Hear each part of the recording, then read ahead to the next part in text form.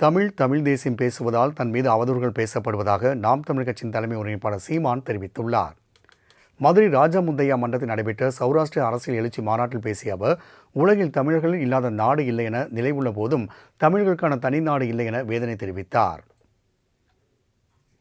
வரலாற்று ஆய்வறிஞர்களும் ஆய்விலே நிறுவுகிறார்கள். அப்படிப்பட்ட ஒரு இனத்தின் மகன் உலகில் 13 கோடி மக்கள் பரவி உலகெங்கும் நிறைந்து பறந்து வாழ்ந்தாலும் தமிழர்கள் வாழாத நாடு கிடையாது. ஆனால் தமிழனுக்கென்று ஒரு உள்ளங்கை அளவு நாடு கிடையாது.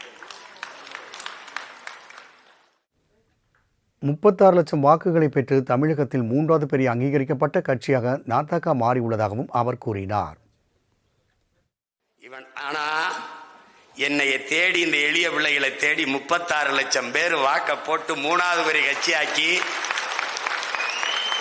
அங்கீகாரம், register, not register party, recognise party ஆகினா, பதிவு செய்யப்பட்ட கட்சி அல்ல, அங்கீகரிக்கப்பட்ட கட்சி நாம் தமிழர் கட்சி என்பதே ஆகினா.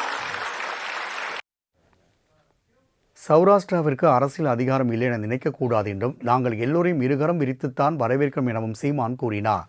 மேலும் தமிழ் தேசியம் பேசுவதால் தன் மீது அவதூறுகள் பரப்பப்படுவதாக சீமான் கூறினார். மாநில அரசின் வரி எல்லாவற்றையும் வாங்கிக் கொண்ட மத்திய அரசிடம் நிதி கேட்டால் வட்டி கிடைக்காரர் போல பேசுவதாகவும் சீமான் தெரிவித்தார்.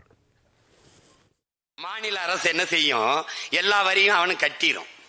மத்திய அரசு, இந்திய ஒன்றிய அரசுக்கு வருவாய் பெருக்கத்துக்கு ஒன்றும் இல்லை. உங்களுக்கு நான் சொல்லி தெரிய வேண்டியதில்லை, எல்லாம் கற்றறிந்தவர்கள். ஒன்றும் இல்லை, மாநில அரசுகளின் நிதி தான் மத்திய அரசின் நிதி. இவன் மொத்தமா கொடுத்துருவான். சரக்கு மற்றும் சேவை வரி எல்லா வரியும் கொண்டு போய் விட்டுருவான், கூச்சி வச்சுக்கிடுவான். பேரிடர் காலங்களில் ஒரு 500 கோடி கொடுங்களேன். மத்திய அரசு நம்ம கேட்ட நிதியை தராது, அதனால் நம்ம ரொம்ப வாத்தியார்களுக்கு சம்பளம் போட முடியவில்லை. எப்படி இருக்கு பாருங்க. நான் கூட கேட்டது, கவர்மெண்டா கந்துவட்டி கிடையாடா, எல்லாத்தையும் எடுத்துக்கிட்டு வச்சுட்டு கேட்டா தரமாட்டேங்கிறாங்க.